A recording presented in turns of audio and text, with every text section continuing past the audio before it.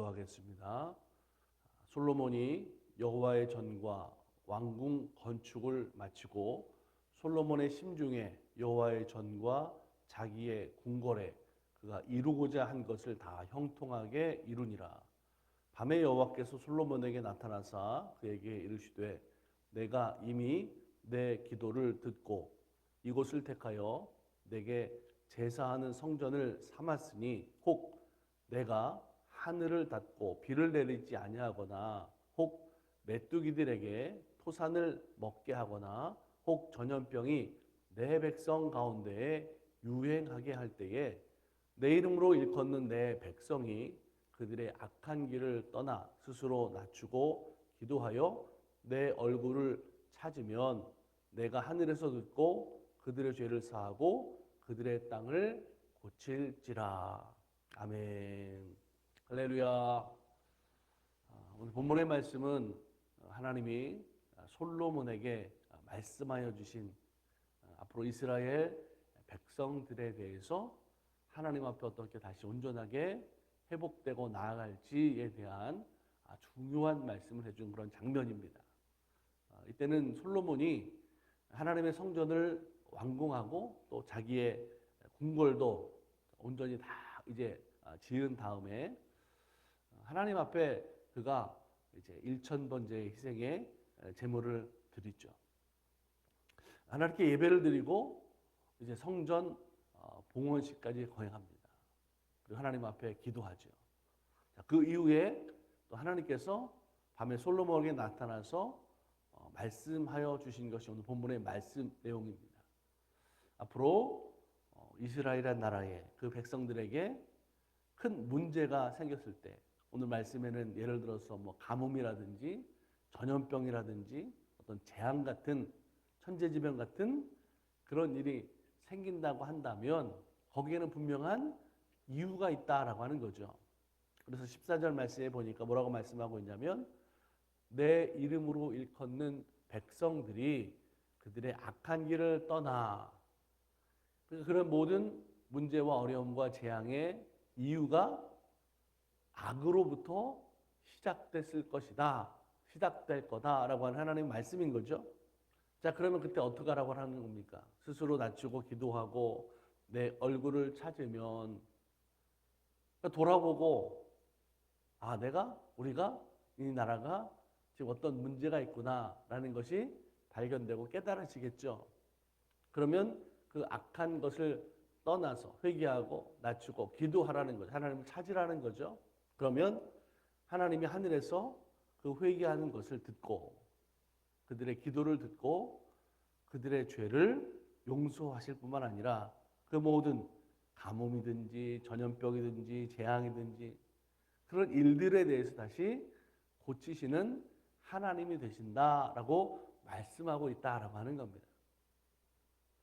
하나님은 이스라엘 백성들에게 있어서 문제가 있을 때 스스로를 돌아볼 뿐만 아니라 악한 길에서 분명하게 떠나라, 회개하라 그렇게 말씀하고 있어요. 자, 오늘 이 말씀은 오늘 우리들에게도 동일하게 하나님 말씀하시는 하나님의 중요한 그런 명령인 줄로 믿습니다. 하나님의 백성들은 죄로 살면 반드시 하나님은 그 죄에 대해서 심판하시는 하나님, 구원하시는 하나님 되시는 줄로 믿습니다. 심판하시지만 구원하시는 하나님.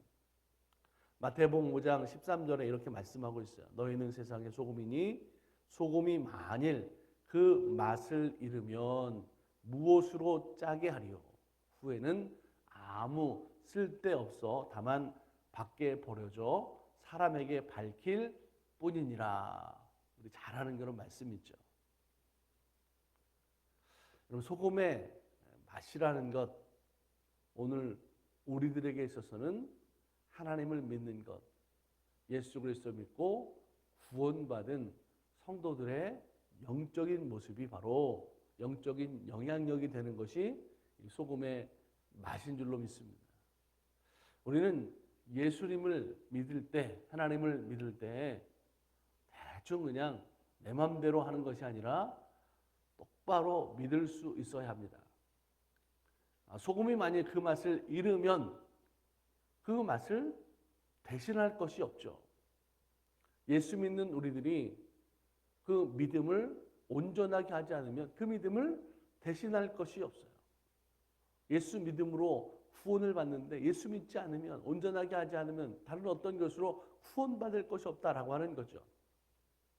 오늘 우리는 예수 믿음으로 이 세상에서 살아가는 성도들로 분명한 소금과 같은 세상에 대한 사명이 있는 줄로 믿습니다.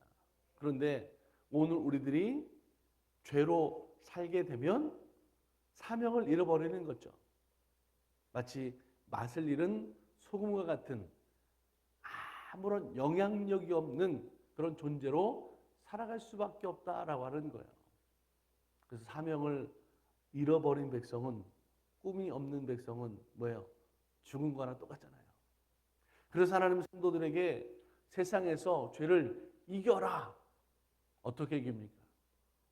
우리가 회개하고 하나님의 말씀을 의지하고 하나님의 능력을 의지하고 하나님의 말씀을 가지고 사명으로 살아갈 때 오늘 우리는 죄를 이길 뿐만 아니라 그 사명으로 승리하는 성도들이 될 줄로 믿습니다.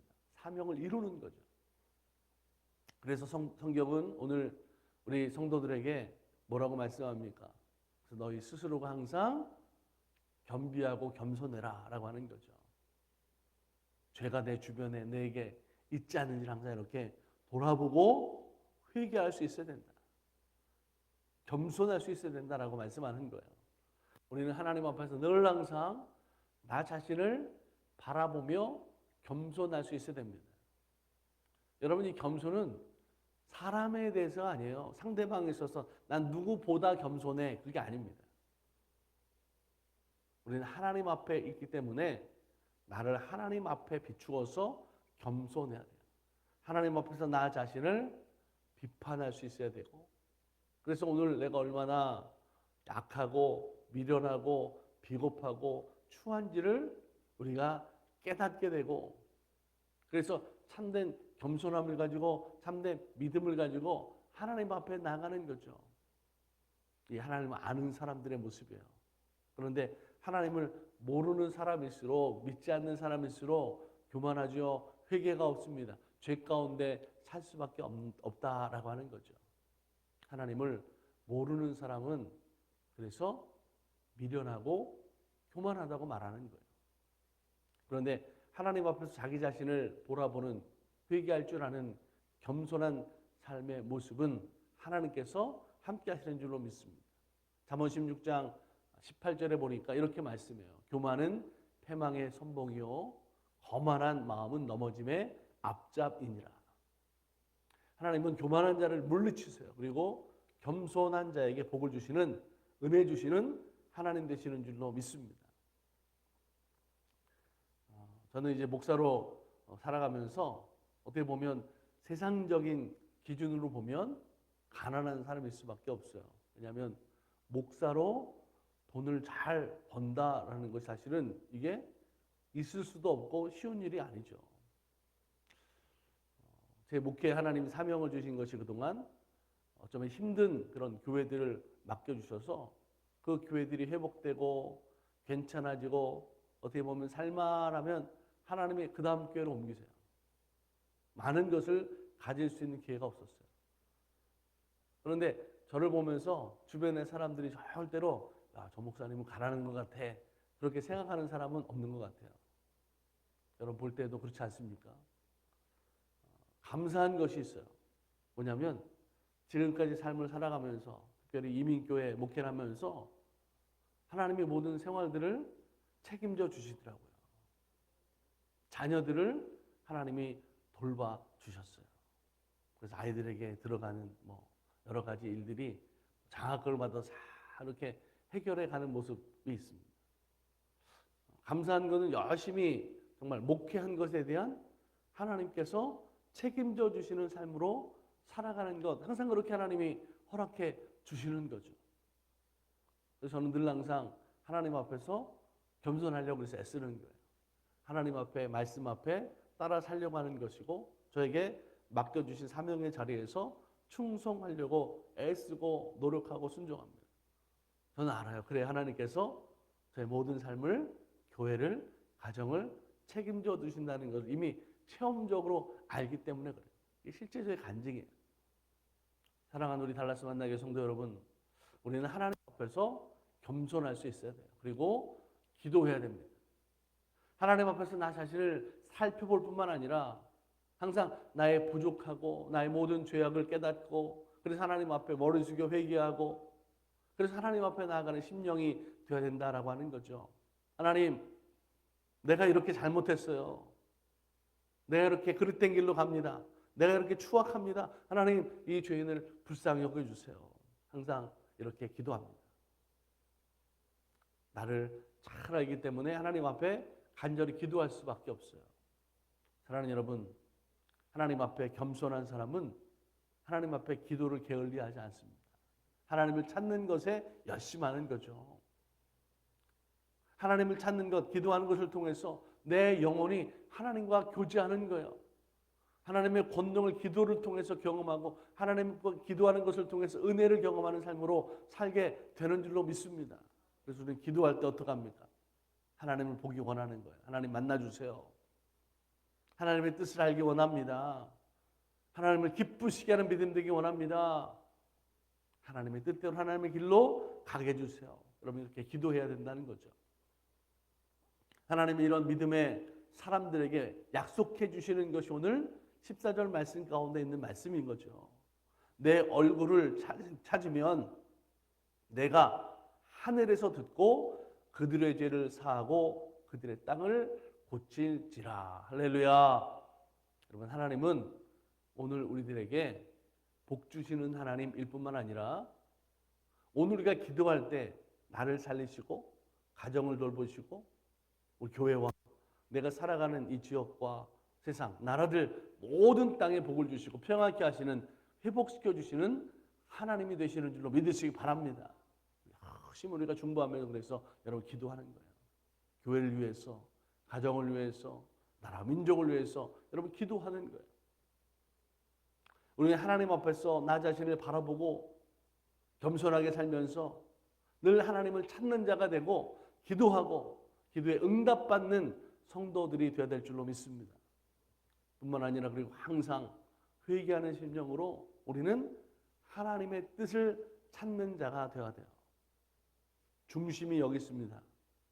사람을 기쁘게 하는 사람이 아닙니다.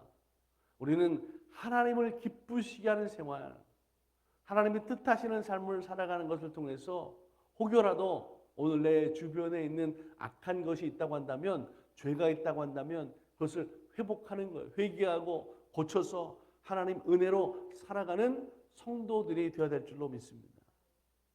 사랑하는 여러분, 오늘 내 삶의 모습, 믿음으로 살아가는 삶의 모습이 지금 주님과 동행하는 삶으로 살아가는 삶인지를 다시 한번 돌아보고, 이번 한 주간 계속해서 제가 새벽에 그런 말씀을 드린 것 같아요. 하나님과 함께하는, 주님과 동행하는, 내 안에 주님을 모셔드리는 삶이 되기 원합니다. 하나님 우리에게 분명히 말씀하고 있어요. 우리는 그 말씀의 주인공 언약 백성인 줄로 믿습니다.